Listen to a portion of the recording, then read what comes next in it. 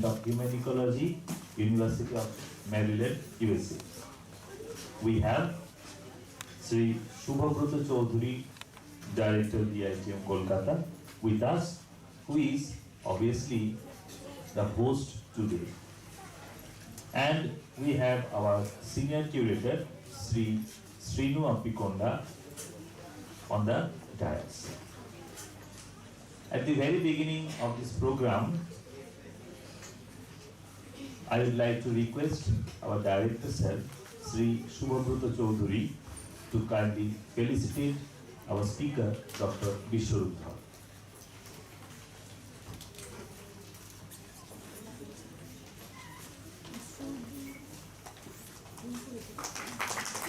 Let's have a round of applause.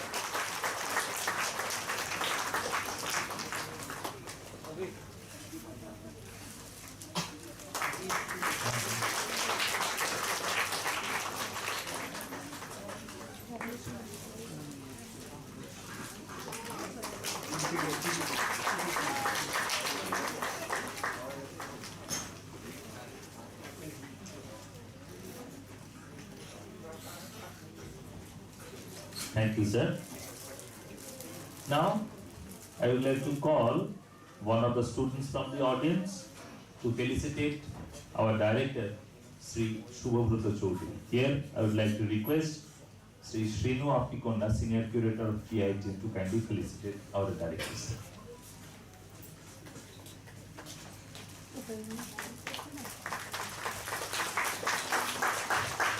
Let's join our hands together.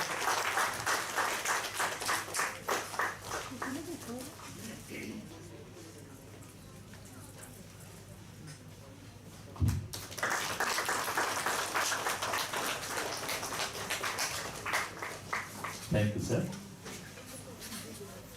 At the outset, I would like to request our director, Sri Shubhabrata Chaudhary, sir, to deliver the welcome address. Sir, please.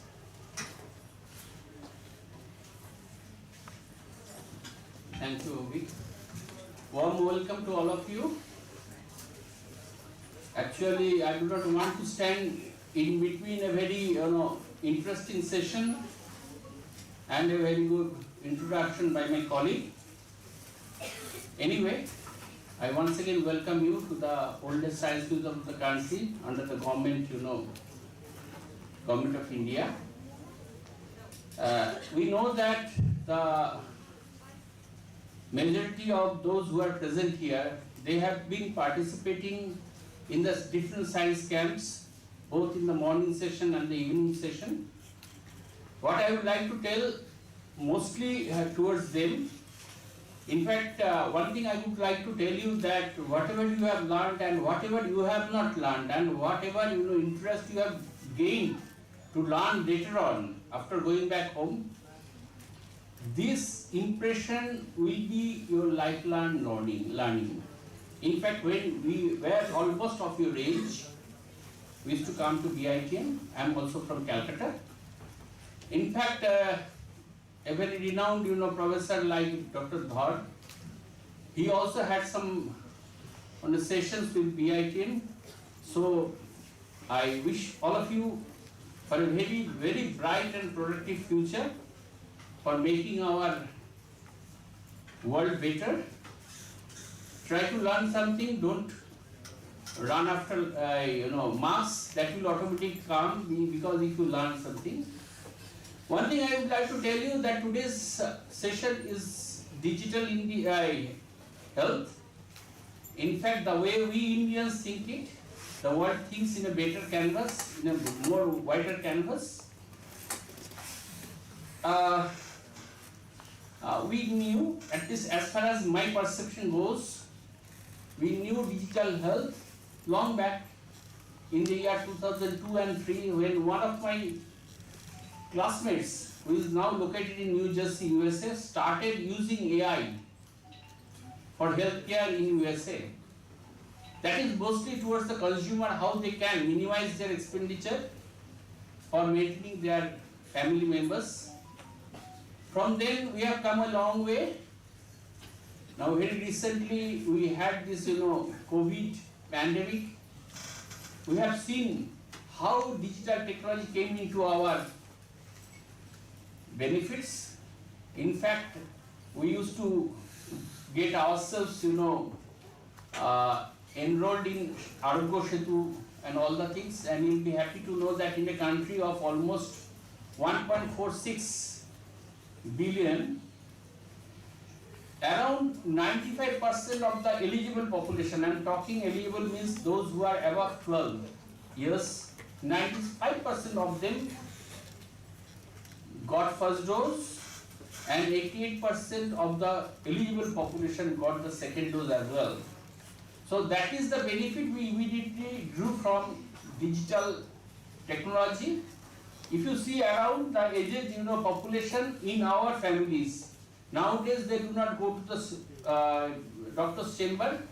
They prefer consultation over telephone, over video and all the things.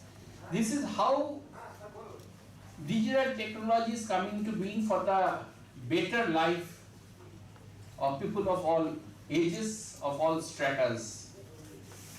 In fact, if you see around, you will find that our parents, grandparents, they have their knees operated through robotic surgery. If you have your, some of your unfortunate relatives, they have their robotic surgery even for their cancer operation.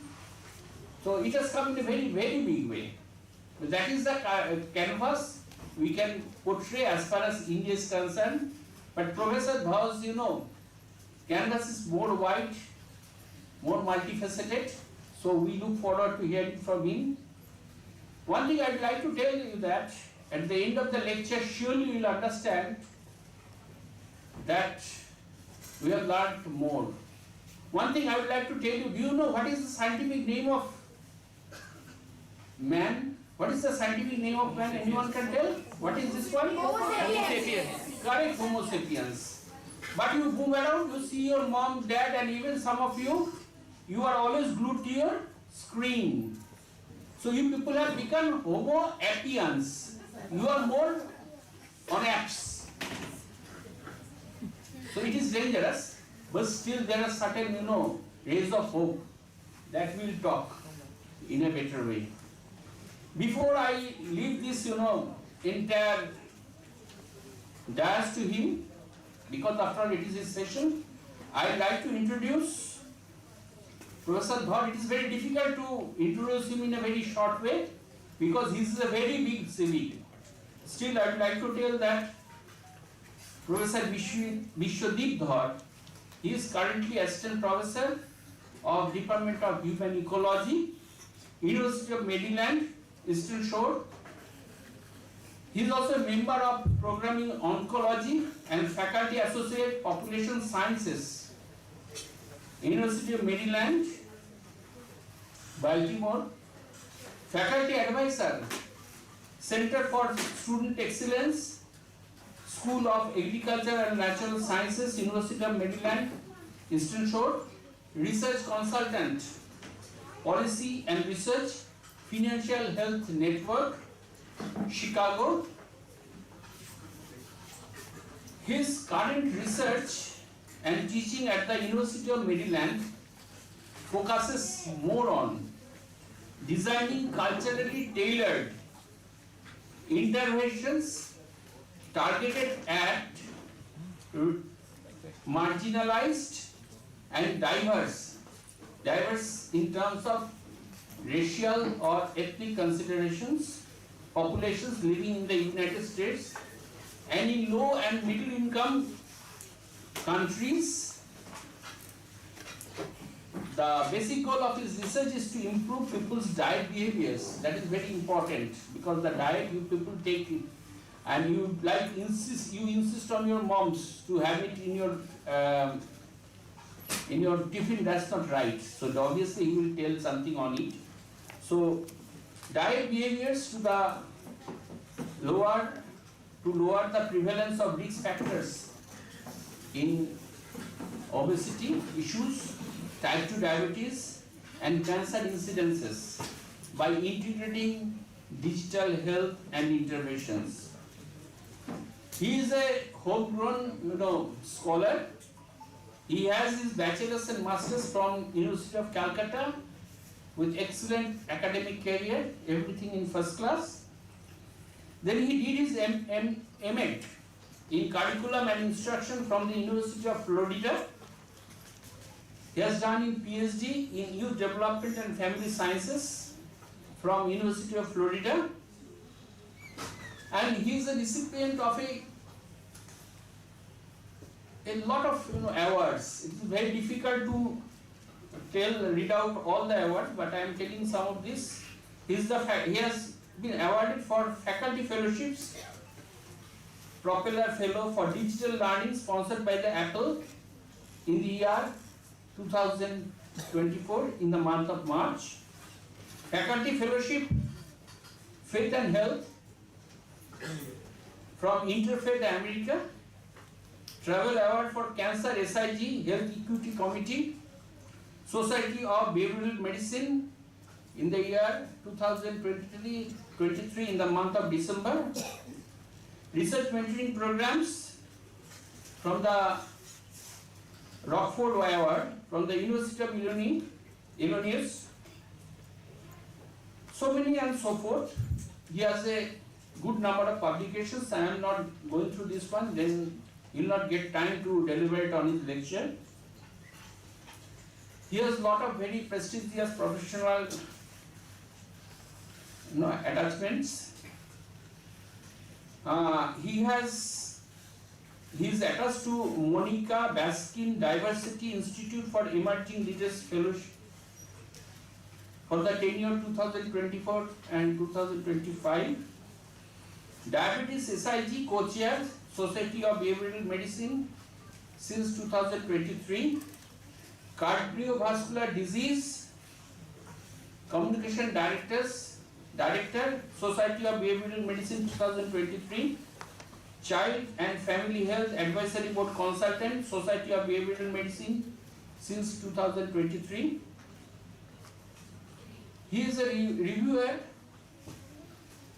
at the American Journal of Public Health, at the Annals of Behavioral Medicine, and also a reviewer for Society of Behavioral Medicine annual conference proposals. So he has a wide range of activities.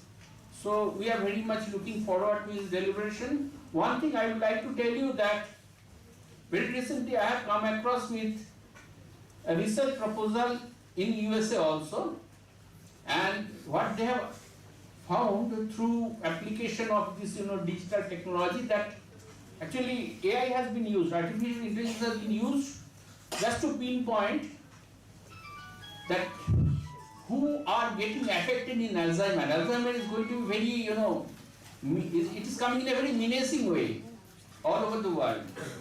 And what they have found with the application of AI, that those who are in the lower rung of the society, that means those who are not, very financially sound, they are likely to get affected. I am sure that your deliberation will encompass all the things. Thank you very much, Professor Dhar, because you have taken some time off from your busy schedule, I know. Before I leave the place to him, I once again I should welcome his mom, his wife, his mentor teacher, all guardians, and those who are from the press, those who have joined online, because this program is being also can be seen online. So enjoy the moment. Thank you, Professor Dhar. It is all for you now.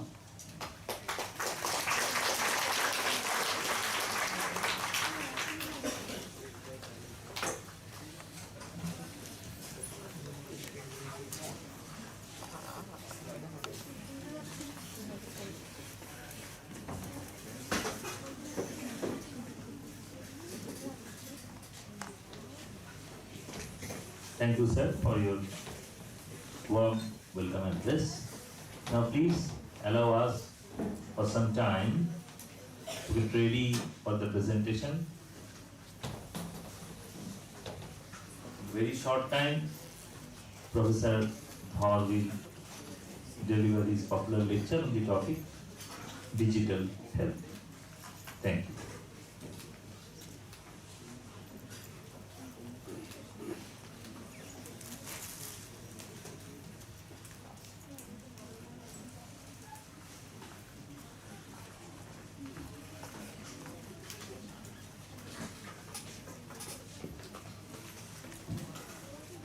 Okay, good afternoon, everyone. First of all, it's my greatest pleasure and honor to be here speaking on digital health, and I would like to thank the BITM administration, our director sir, and thanks for your generosity and kindness. I don't know whether I really deserve all those great words by him, but I really appreciate your time and for your kind invitation. Thank you very much.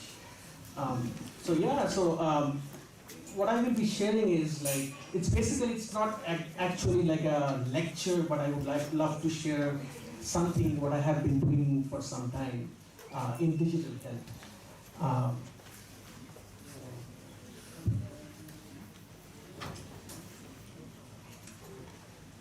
Let's just wait for a few seconds and then we'll begin.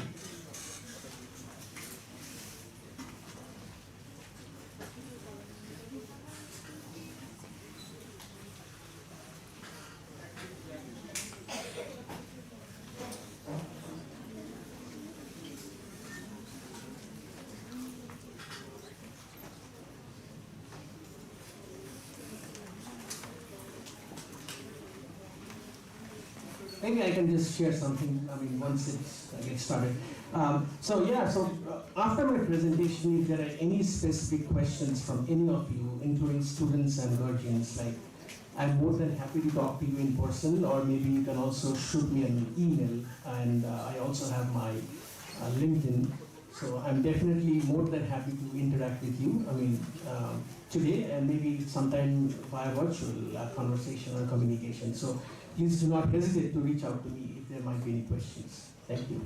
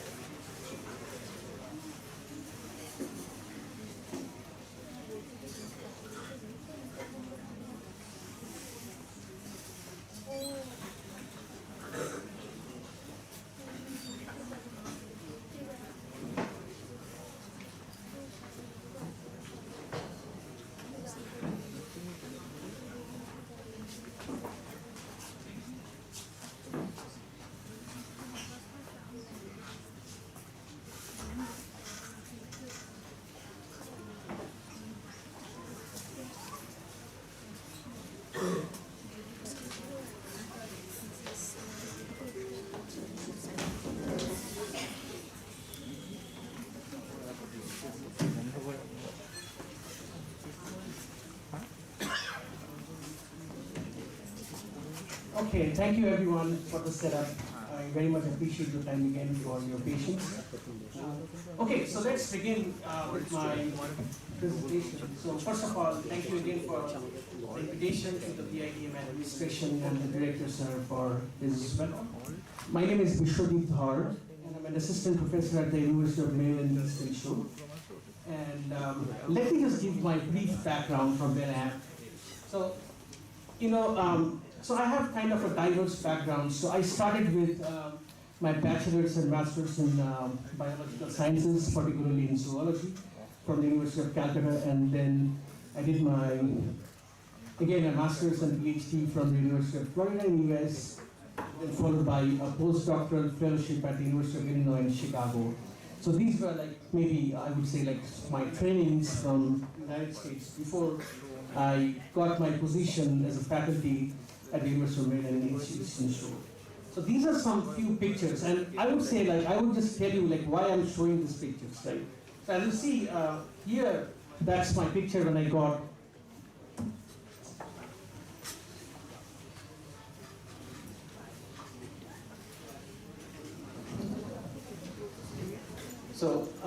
So that's the picture when I got awarded for my postdoctoral fellowship at the University of Illinois Chicago. But the thing is, my question is, how did I get here? So that's the reason. I think our director here was saying some good, important like tips and strategies for your overall long-term success, right? So even though I started with biological sciences, but I actually like experienced like in a lot of different areas and fields, right? Because I really wanted to be explored the different disciplines in the United States, like So I had a master's in education and a PhD in health behavior, right? So it's absolutely different from what I actually got trained in India. So I had my bachelor's and master's in zoology, right? But as you see, my PhD was in a different track, but although I am right now in the same track right now, right? So I work in chronic disease disparities, right? So even though I'm not working in the lab, I know many of you guys are like working in biotech labs, in chemistry labs, in physics, in mathematics, right? But these are all the, I would say, the fundamental like courses or areas where you are learning in your school years, right? And then I had my applied science background during my PhD and my postdoctoral studies. And right now, actually, I'm working with several people. So that's the beauty of interdisciplinary sciences right now, right? Or maybe I would say like multidisciplinary sciences. So I work with physicists, I work with engineers, I work with mathematicians, I work with statisticians. The thing is, I was also talking with directors in the morning, like, it's not like, the thing is, it's not about I. So it's about we, right? So it's what about like we are working together, right? So it's a very collaborative approach in the US, and where I'm collaborating with a lot of people from different areas and different disciplines, right? And there you get to know and learn several concepts which you do not actually, might not learn in your formal education or training, right? So I studied a lot about like gene expression and chemistry and all these things, but right now, what I'm doing after my training is something which I won't forget in my life, right? But the most important thing is to understand your strengths and weaknesses. Like, what is your strength? Where lies your strength? And what is your weaknesses? And that is the thing which is crucially important to you. And if you lie to yourself, then I think it might be a disaster in the long run. So, as Director Sir was saying, like, it's not only about the marks or percentages or class, like first class, second class, or whatever it is, but it's all about your understanding of what you actually like to do in your life, right? Whether you would like to be a scientist or a lawyer or a doctor or like an engineer or professor or whatever it is, right? So start developing. I know like it's not like you have to do it right now, but try to understand your passion, what you really, really like. That's the thing which I developed during my graduate studies in the US. Some people say it takes a long time for your graduate studies in the US, but I think those are my golden days in my life, where I actually failed a lot of times. You cannot even believe like how many times I failed, right? So I worked with several like very senior professors all over the US, and they say all the time when I meet them, in conferences or maybe in virtual meetings, they say like, you know, we are failing all the time. It's all about failures. But the thing is, since they are all interested in what they do, that's the driving force, and that is what actually keeps us moving along our like career or along our journey, right? So this is something which I really wanted to say before I start beginning my presentation on the digital health. So as you see, this is like, these are my mentees actually. So when I was doing my PhD and postdoc, so I had the opportunity to work with several mentees, and one of my PhD committee members was, I mean, I was quite lucky, maybe I would say. He was the dean of the college, and he said, you know, like, I'm so busy, like I have several administrative duties and all these things.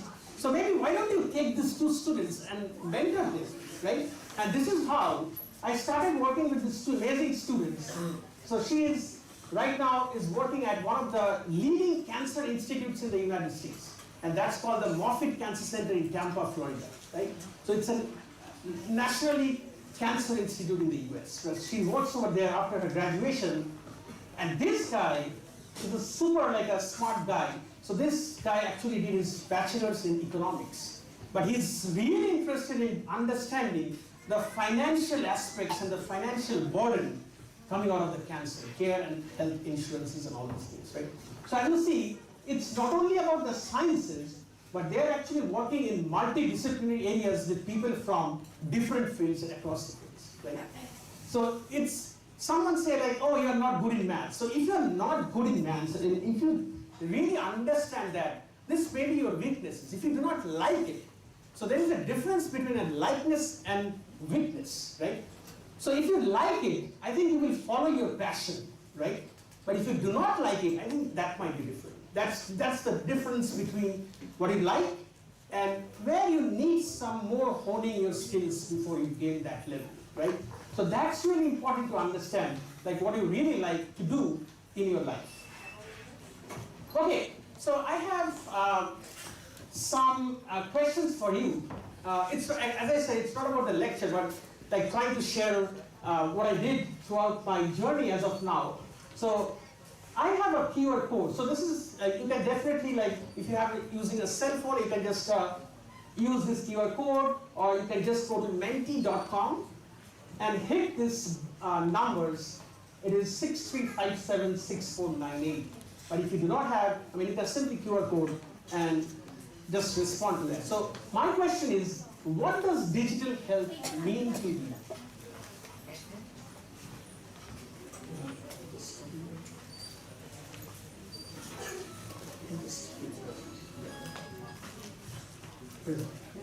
And I would just like to see, if you guys respond, we will see your responses live, right? We can see your responses. So as of now, I don't see any responses. So you can hit the QR code, or you can go to menti.com and use the code over there, like 8-digit code, right? And just feel free to share your responses. Like, what do you mean by, it's not about right or wrong, right? But what do you think digital health means to you? Can I see anyone responding? Like, if you have interest, or if you have cell phone or whatever, like any gadgets with you?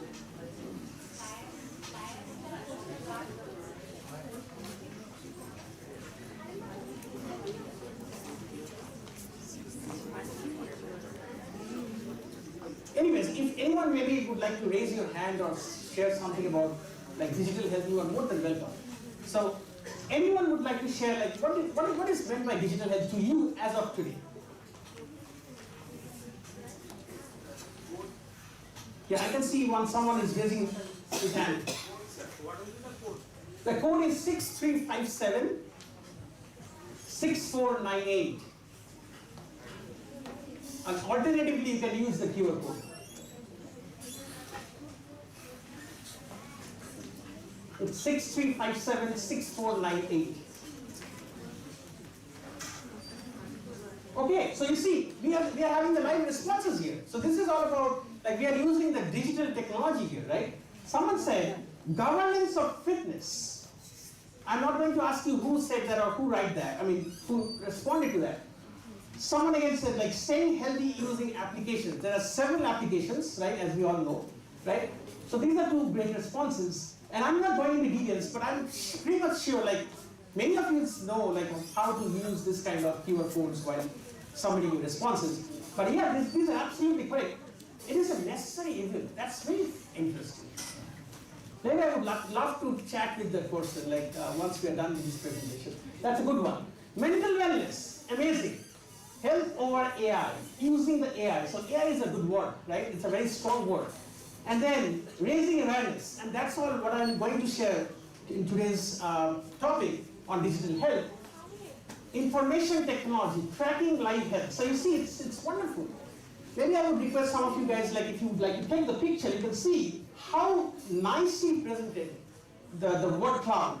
It's basically from you all. Like, you are all responding to my question here, right? As you see here. That's great. Maybe I will just go to my slide.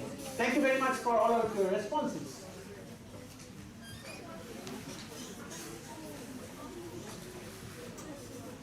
Okay, so like some brief background about digital health. So what is it all about?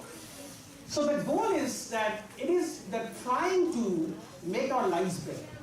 That's a short and simple word to share.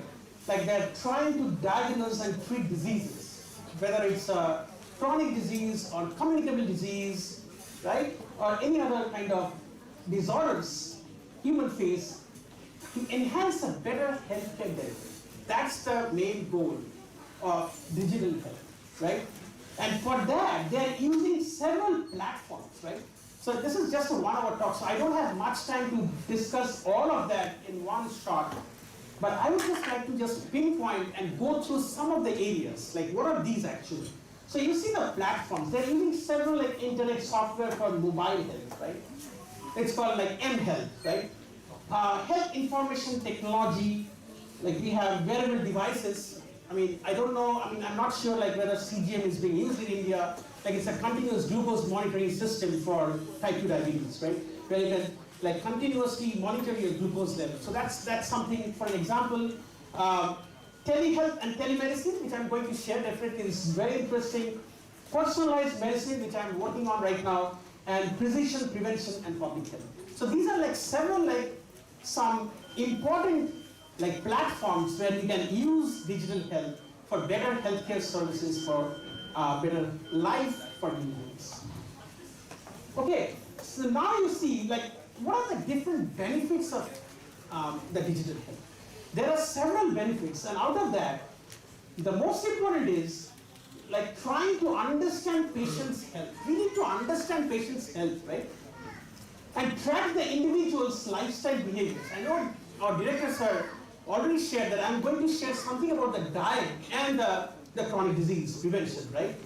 So the lifestyle behaviors is really important. And someone may feel like, okay, I really don't care about this guy. What the bullshit he's talking about, right?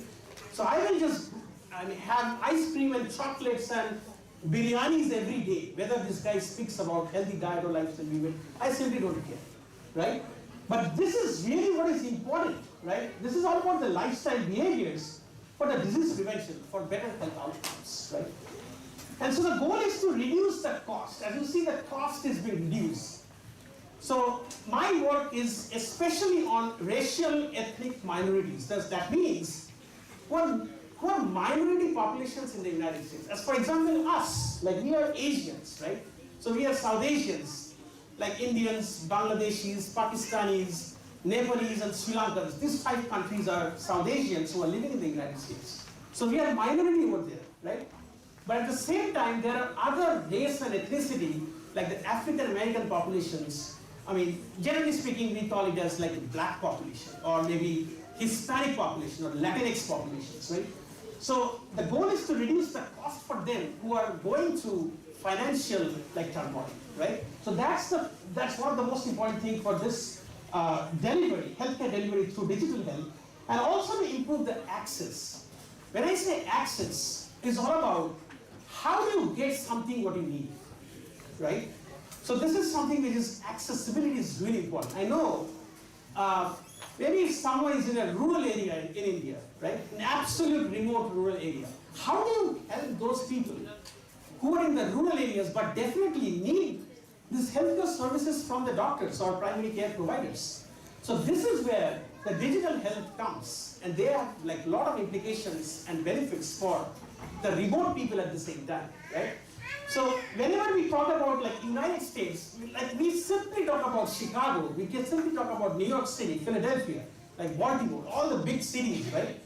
But we have to understand, like United States, also in India, the majority of the country's area is in the rural counterpart, right? So the goal is to understand the needs and to assess those needs and finally to work on those needs, right? So that's really important, and that's from where we get multi-million dollars. Because the government or maybe the non-profits, they're actually trying to see how are you working to help the people in need, right? So that's the really importance, and that's how we are using the digital health, right?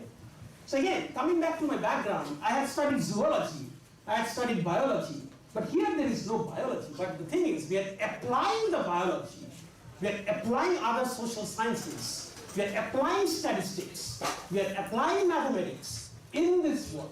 So I will share like some of the guys with whom I work. So I work with a very talented girl, and she's also an Indian. I just regard her, I think my wife also knows her. She's just 23 years of age. She graduated with full scholarship from the University of California at Berkeley, right? And she's not from Bengal, she's from other state in India. But she's like a super lady, I would say, right?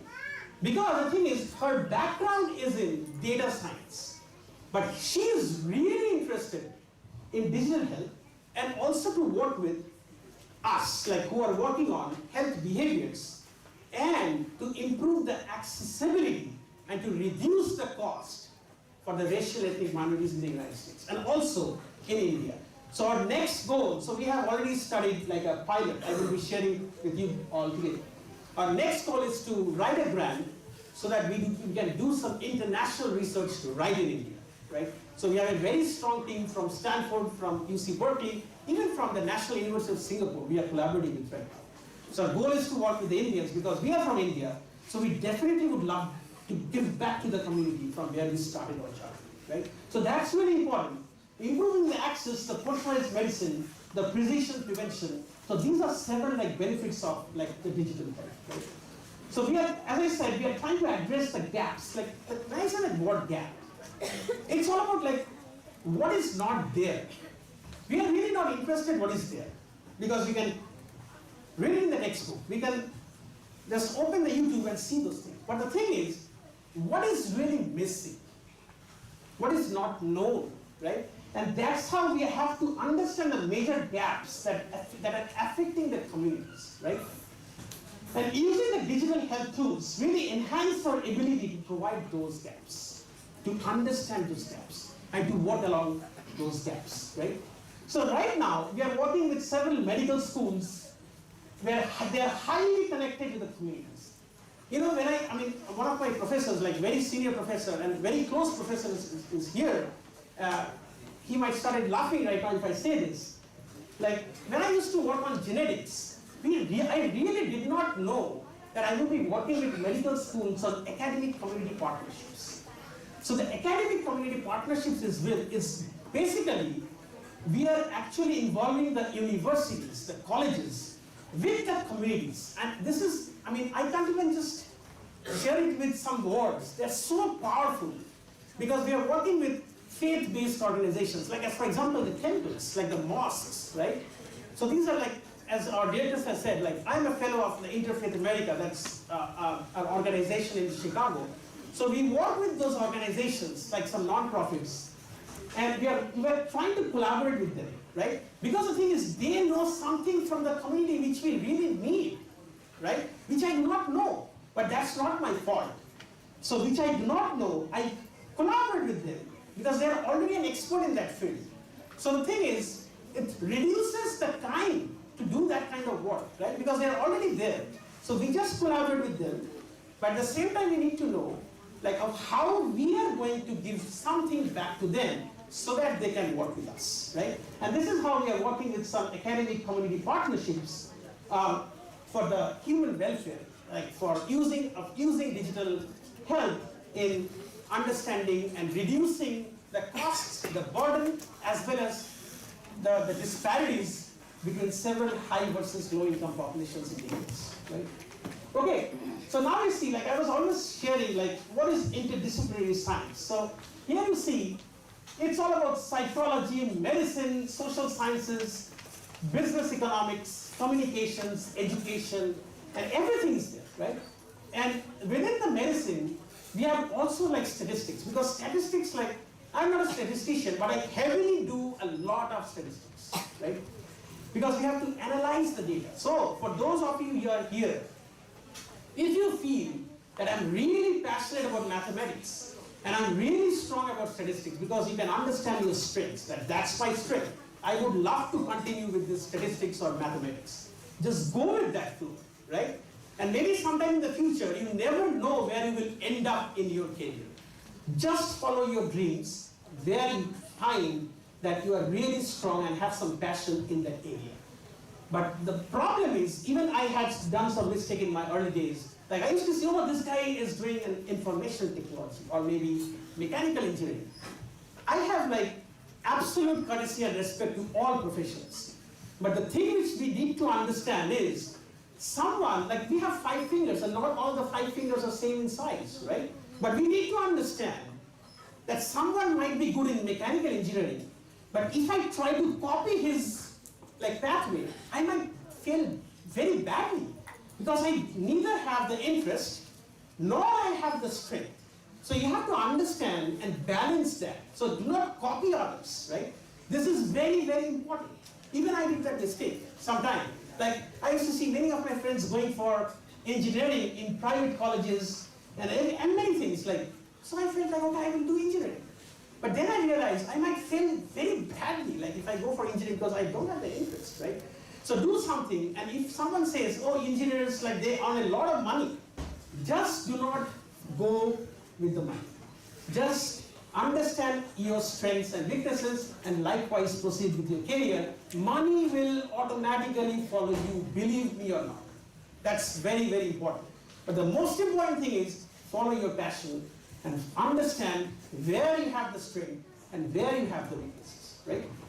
Okay, so this is something where I'm trying to show you the cluster visualization of some keywords in digital health. So here you see, these are some analysis with some network data. So our team of statisticians actually work with this kind of keywords by using statistics and advanced statistical models, right? And as you see, there are some different clusters. So I'm just going in brief. We have the red cluster, and you see the words. Just try to see the words. What are the words? Like information technology, online, digital health. The green cluster, as you see the green cluster, it's basically who are our target populations, right? So as for example, adults, the adolescents, the type of disease where we are trying to target. The blue cluster is all about like the mental health. So we don't have just the chronic health like physical health, but we also work on chronic and mental health, right?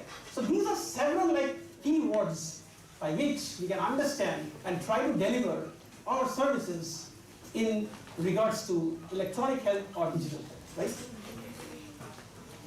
right? Okay, so here my question to you all. So I have spoken a lot as of now. So this is my question to you all.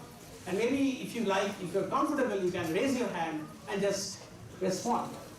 So you know, in schools, like in middle schools and high schools, this is very much prevalent, right? So we are studying, right? We are doing some assignments or homework, right? And we are just, again, after a few minutes, Facebook. How many people like my post? Or how many people like my picture? Am I looking smart? Or am I looking dull or like blunt, right? So this is a cycle, you know, like study for a few minutes, like back in my days, like I used to see, I think my mother will remember, like there were no social media during that time, right? So what I used to do, I study for a few minutes or maybe 1 hour or 2 hours, and then I say, you know, I would take some rest. In Bengal we used to say, like, this is just an excuse, right? So right now, what we say is you study, phone, call, social media, whether it's Facebook, Instagram, Twitter, or maybe X, or whatever it is, right? So this cycle goes on. My question to you is, And there are several platforms like Facebook, Twitter, TikTok. What do you think? Is it a bad habit or it's nothing wrong with it? Anyone would like to share something?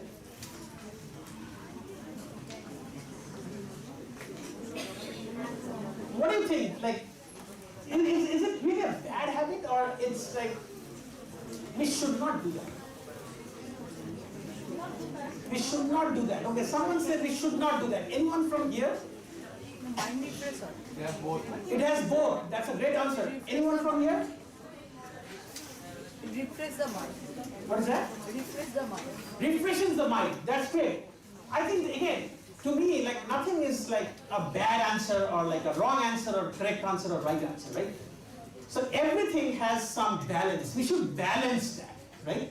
So it's not bad, it's not good, it's not right or it's not wrong. But we should understand, we should try to understand the balance, like how much time we should dedicate to our Instagram or Facebook, right? And how much time should I work on my assignments or homework or exams or something like that. But what the reason behind this question is, whatever work we are doing right now. So you might, like someone definitely may ask me sometime later, oh, this is like all about social media. Because right now, in this stage of my career, I'm actually playing all the time in social media. So then you can realize, oh, see, then you can talk to your mom or your dad, that this guy, this foolish guy is speaking all about social media and spending his entire life right now in social media. So why I shouldn't do that, right? Because my research is all about social media-based interventions, right? We need to understand that. But the thing is, if I keep on posting pictures on Facebook and like the button, then my career would be at stake. So we need to understand that this is something which I really like, and I know I can do this work, and that's why I'm following that path. Does it make sense? Perfect. Okay, so now the important thing I said in the beginning, that I will share something about the difference between telemedicine and telehealth, right? Before that, just give me a brief, I will just take this opportunity to just share like what is the main difference between telemedicine and telehealth. So telemedicine is actually a part of telehealth. So telehealth is a bigger, broad version. Telemedicine is a part of that. How and how. So it's all about the access of the medical care from home. So that means it is clinical. But in telehealth, it's both clinical and non-clinical. You will ask me why and how. Let's go back to that. So in telehealth, you see, it's a broad range of healthcare services through electronic methods. And as I was sharing, like the CGM, the continuous glucose monitoring, online doctor visits, like we have the online doctor visits such as medical consultations, right? So we do medical consultations. We don't have to go to the doctor's chamber, right? We can do it from home. And it saves a lot of time and money at the same time, depending on the doctor, type of doctor, and the level of doctors or the seniority or something like that. That's different. Administrative processes of healthcare facilities, like patient education, like nutrition counseling or something like that, like what different types of education. Trainings for healthcare professionals. We at the same time, we need to train people who are in healthcare, right? And any online healthcare communications. Sometimes also, you also interact with non-clinical people, like they are not doctors, but you are also talking to them. Hello, I need to make an appointment with Dr. X, Y, or Z. So you're also doing that kind of thing. This is a communication. This is non-clinical, right? So this is a part of telehealth instead of telemedicine, right? But when you are communicating with doctors, that's basically telemedicine. So telemedicine is a part of the bigger umbrella, which is called telehealth, right? So this is something which I really would like to let you know. And these are like several technology being used, like video conferencing. We do video conferencing. We do emails. We do text, online patient portals. Like there are online patient portals as well, where we interact with the doctors through that portal, right? We have the ID and password, and we just communicate with them. Now I have a question. Like again, this is a vote. I mean, again, like the word cloud, you can just respond to that. I think we have the second one, I guess. This is the one. Yeah, you can again, QR code this is the QR code, and you can go to menti.com and hit this code 63576498. I think the simple one is the QR code. You just scan the code and respond in both. The question is about nutrition counseling. What do you guys think, whether it's a telemedicine or a telehealth?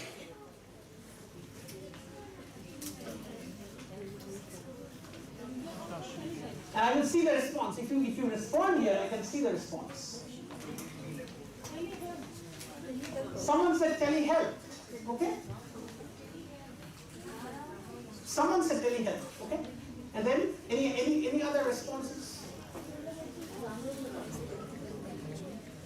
QR code to which channel? Is the QR code working? No.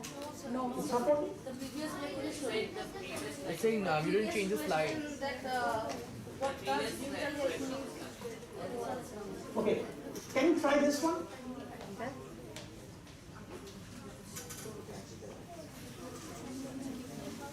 Is it working?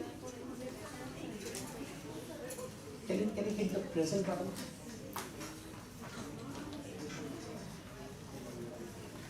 So this is what cloud. If it doesn't work, maybe we can skip that because due for time we can just skip that. Okay, maybe we can simply skip that. Never mind.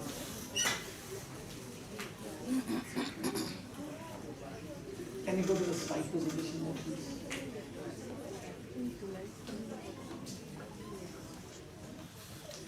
Yeah. Okay.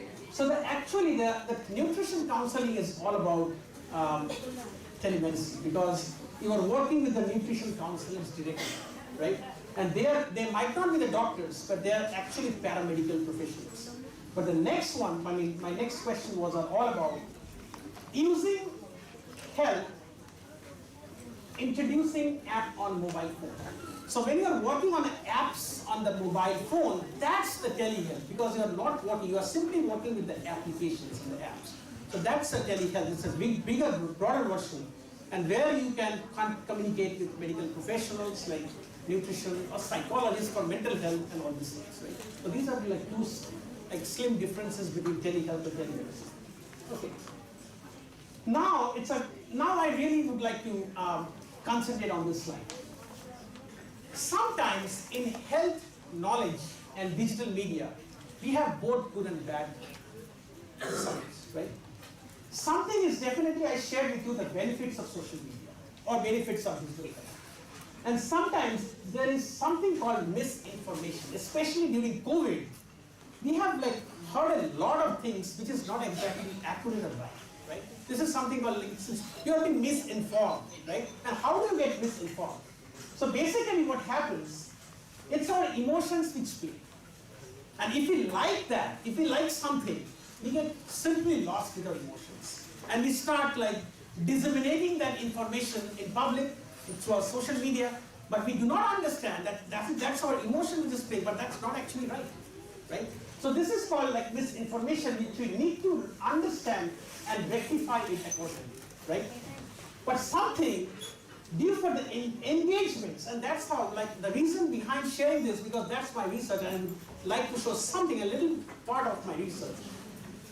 But if you add a music and video graphics or podcast to a social media post, I know all of you are very, I would say, pro in social media, like WhatsApp or social, or in Facebook, Instagram, whatever it is, right?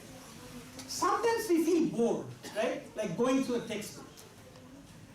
So if we can add something like music or video or graphics or podcast or something very much innovative. When I say the word innovative, that means simply which has not been done before. And that's how I will share my research, what we have been doing, right?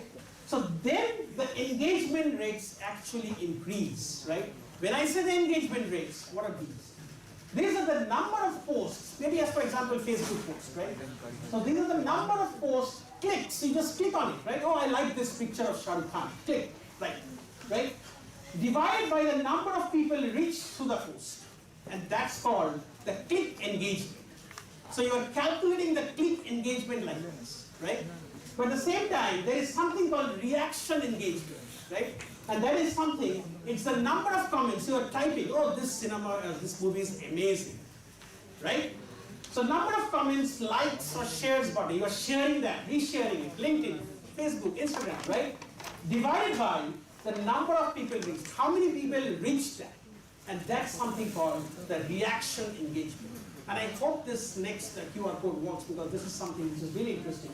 So my next question would be to you is, like you just go, I hope this works. So can you just scan the QR code or maybe go to menti.com. I would love to see like what you guys say.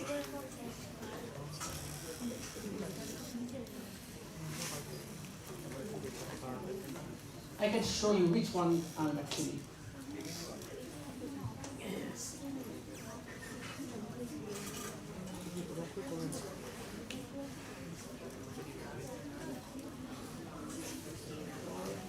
Okay, this is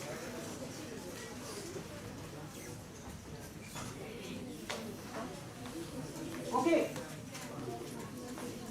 So my question is, you got a material to read, right?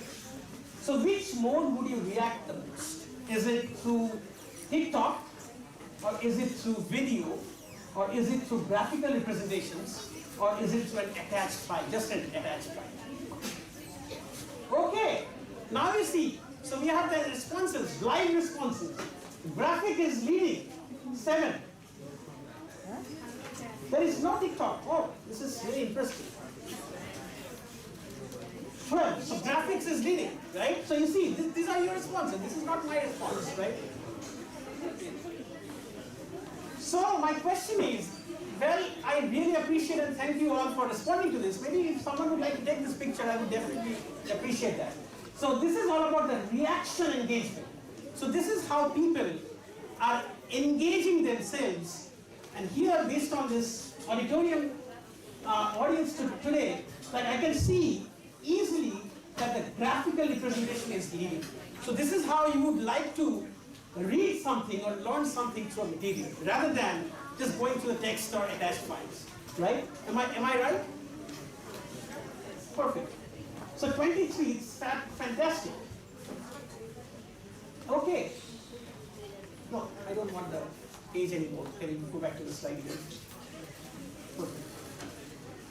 Okay, so now, making the best of the digital health. So what I was trying to say, my goal was to actually show you how this platform works, right? So making a creative and fun education. So as what you responded, like you want graphical representations rather than attached files, right? So the goal is to make it creative and fun instead of only the content matter. We are really not interested in going through pages after pages in textbook, right? So that's how we would like to engage people.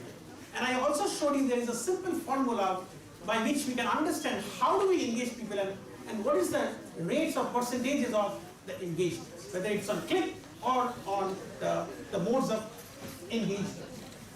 So the goal is we are targeting everyone, right? So I'm not biased. So I'm not biased to any of you, right? So its goal is to target the population and spread the information, right? And now you see the dependency on the technology and social media increasing day by day.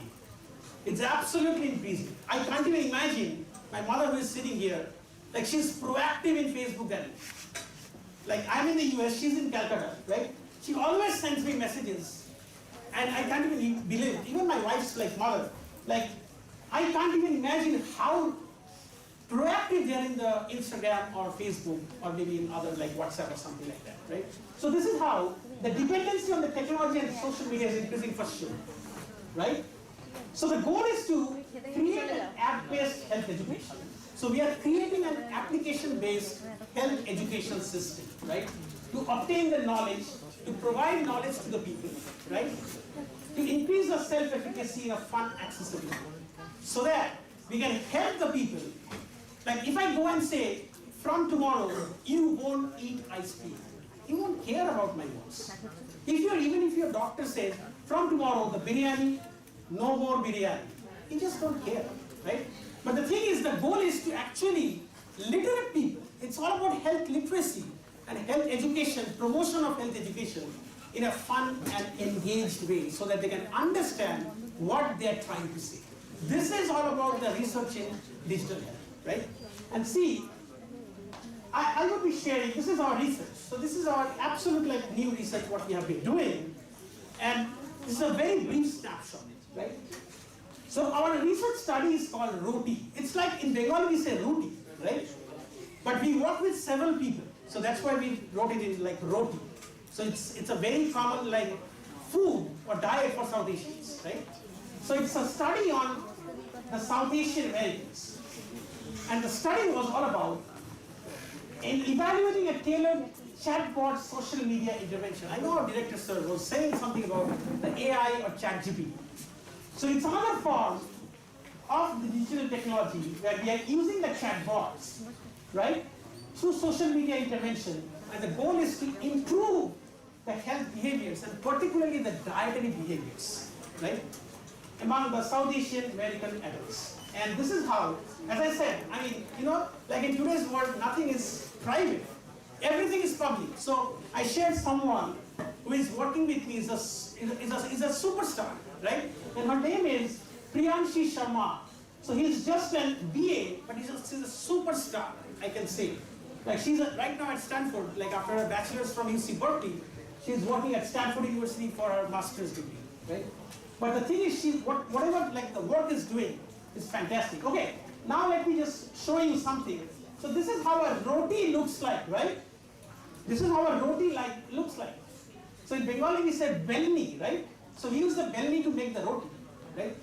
And the goal is to actually help them understand where lies the problem, what are the needs, and what we need to do in order to make our lifestyle better, right? Okay, so you see, this is all about, it's a diet diversity in India. So some, like, basically in the eastern India, like we are mostly like eating like fish, like meats, chicken and everything. But in some parts of India, they're absolutely on vegetarians. They're not non-veg, right? So depending on that, we need to understand that. And likewise, we need to target the area and the populations of interest to work for healthy lifestyle behaviors so that we can reduce the burden of chronic disease like obesity, type 2 diabetes, and cancer prevalence. Okay? So, now you see, what is the study all about? The introduction. This is all about the digital health coming into our research, what we have done, right? So it's all about the micro interventions where we're using the chatbots. How many of you guys know what a chatbot means? Okay, again, there's several. Anyone can share something about what is a chatbot? Yes, please. Oh, I cannot hear you. I'm sorry. Maybe if someone.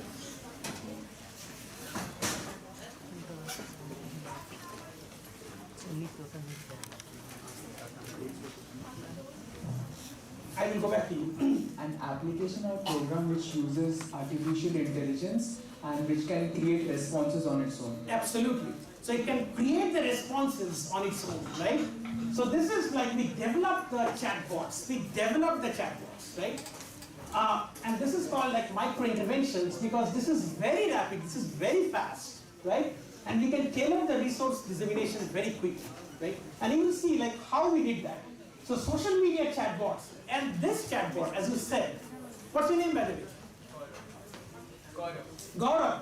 So Gaurav said something about the chatbot, which is correct, right? But we also need to know this chatbots, we developed this chatbots in the social media because we know that's the need. Because we know the South Asians are using very proactively the social media, whether it's Instagram or Facebook or Twitter or whatever it is, right? So we know that, and likewise we are targeting those social media through this chatbot, right? So it's called the social media chatbots, which displays the unique potential as a modality for accessible, efficient, and affordable educational microenvironment. The goal is to actually promote health education and dietary education by means of social media-based chatbots, right? Okay, so the goals, the aims and objectives, what we did actually. So the goal was to, and as you can see, these are like two South Asian girls, right? So we did a study and we tried to understand whether there is a change or not by using this kind of platforms. Because the thing is, we need to know whether this is working or not. If it doesn't work, we are simply wasting our money, right? So we did a study and we tried to understand whether there is a change in attitudes I said attitude. This is very important, right? Whether we can see any changes in the attitudes among the school kids, or among the young adults, or among the emerging adults, or even among the seniors, right? So we have to understand whether there is a change in attitudes towards the behavior or not, right? And whether there is anything like a perceived influence coming out from this experiment, like coming out from this social media-based chatbot interventions or not, right? So we explored this role of this chatbot and its association with improved the dietary attitudes, particularly on diet, right? And see how it worked. So I'm not going to share everything on the method section, but it was a 4 lessons. So we have like 4 lessons, as you have examples, like as you have assignments, homeworks, and all these things, right? So we have 4 lessons, right? And the 4 lessons are on diet, okay? And we experimented with 18 to 29-year-old South Asian Americans. As of now, this is our one study, and this was very successful. So maybe next term, like we'll be using like participants even younger than 18, right? So there are lessons for 10 to 15 minutes. My goal is to let you understand there is a lesson, but these participants are going through the lesson through social media, right? And as Gaurav mentioned, they are actually interacting with the chatbots, not with us. Because we are the researchers, we are the scientists, we are not interacting with them. The participants, the school kids or the college kids, they are actually working or chatting with the chatbots through Facebook and Instagram. And this is how they are being learned about the dietary attitudes and behavior, which is bad, which is not, how cancer happens, how diabetes happens, what is obesity, and all these things, right? By means of pictures, by means of video, podcasts, and everything, right? So this is how it worked. And I'm not going into details about like what we did here in the method section, but you see, what I'm trying to show you, how we develop the lessons, because this is all about the lesson development, right?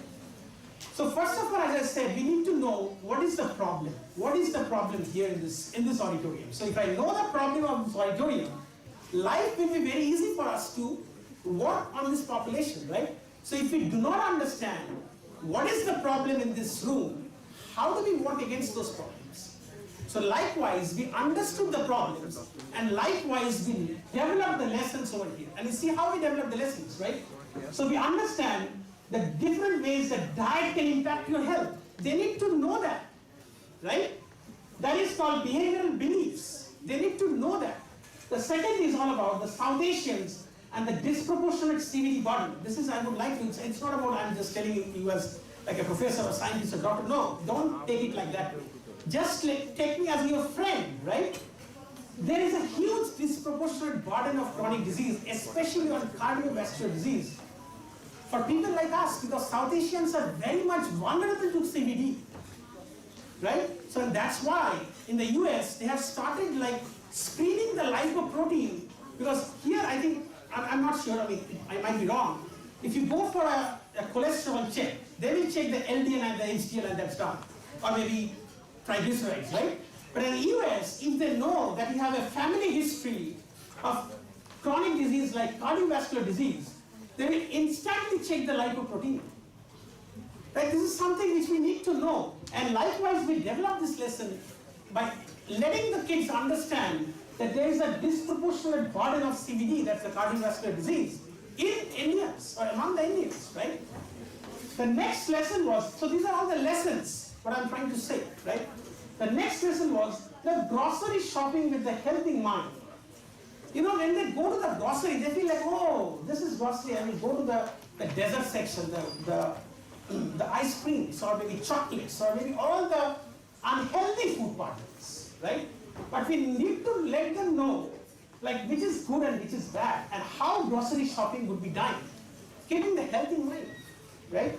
And finally, it's a quick, easy, healthy recipes. You know, many of the South Asian kids, whether they're born in the United States or whether they're born in India, they have this like notion, oh, you know, we have so many assignments, we have it's so competitive world in the US, we need to earn a lot of money, we need to achieve a lot of fame. I really don't have time to cook at home, and that's where the problem is.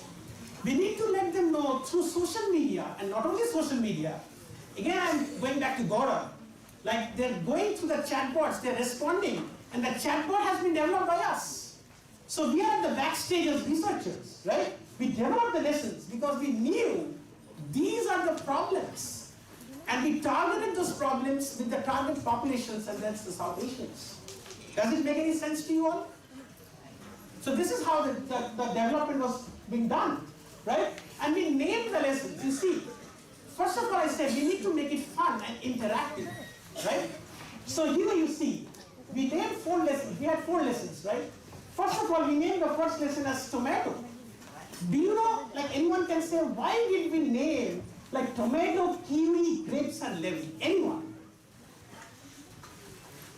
So we had 4 lessons, and we named the lessons as tomato, kiwi, grapes and lemon. Why is it so? So they are all healthy. Absolutely, these are all healthy.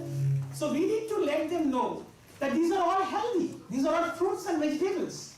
Not what like we all have like biryani or other stuffs, which is not exactly healthy, right? And this is, you see, we target the perceived behavioral control, like the cooking skills to promote health. We need to let them know likewise.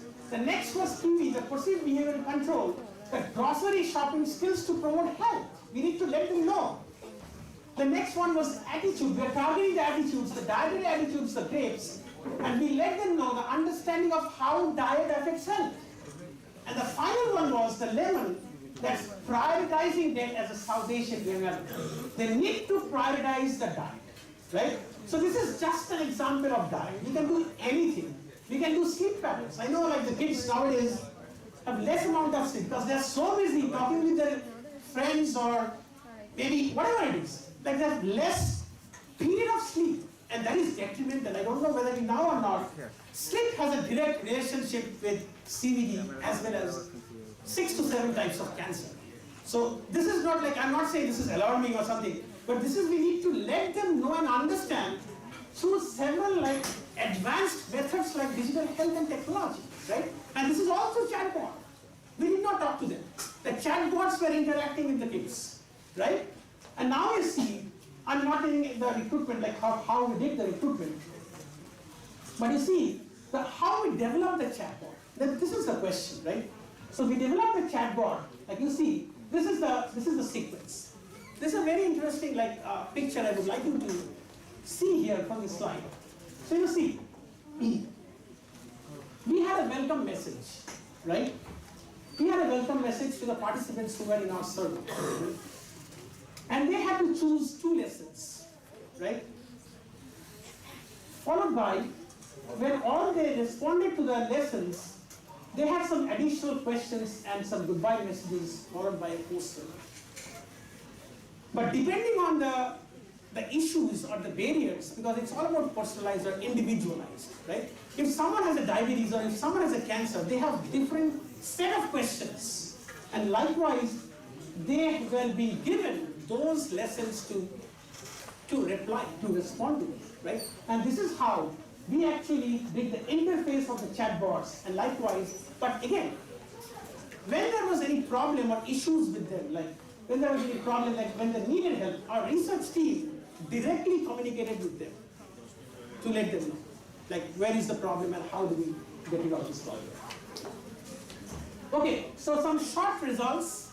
Again, not in details because this is not a research talk, it's just a snapshot of how we use the digital health in our work, right?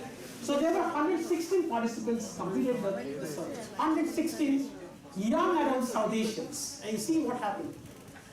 Relatively, there were equal distribution to choose Facebook and Instagram because we used this study only in Facebook and Instagram through chatbots, right? So there was around 51% who responded in Facebook, and there were around 48.3% who responded in Instagram. More or less similar, right? And then we had like those who completed the survey displayed greater overall engagement with listeners. And that's what I said, like how do we get to know the engagement rates, right? And this is how we understood that they had a greater engagement with listeners when they interacted with chat, right? again, these are all some results. I'm not going into details about the results. These are basic, like, we need like all the advanced statistical models here. And this is one final results. This is the key result which I like to show you all. So you see, I'm not going into details, like the attitudes, everything improved in the post-lesson scores. You see, 6.71 became 7.75. 7.31 became 7.95. So everything in all the lessons like grapes, lemon, tomato, and kiwi, they have improved engagement rates in dietary interaction with the chatbots through Facebook and Instagram, right? And that's how we get to know. And this is just the beginning of the study.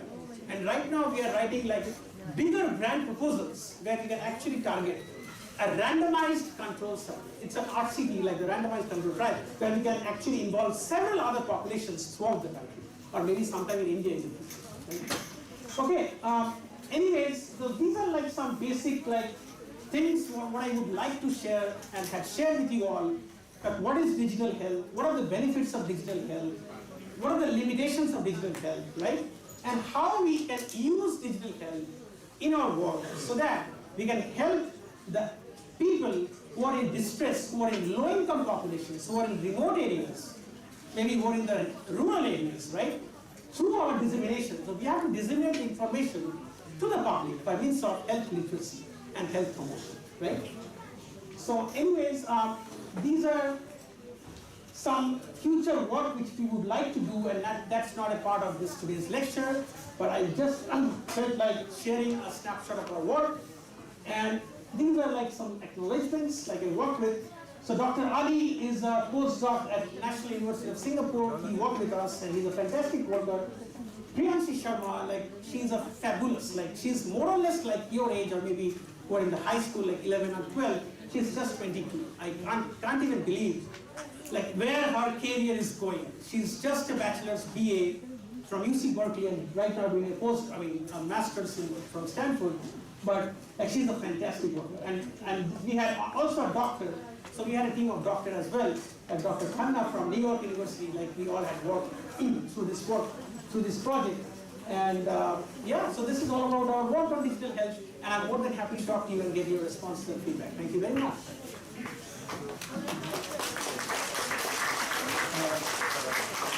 Thank you, Sir.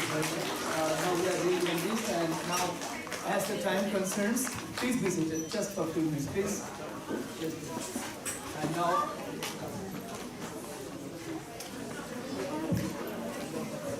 now, I would like to request Mr. Srini Abhikonda for the vote of thanks on behalf of PhD and on behalf of everybody.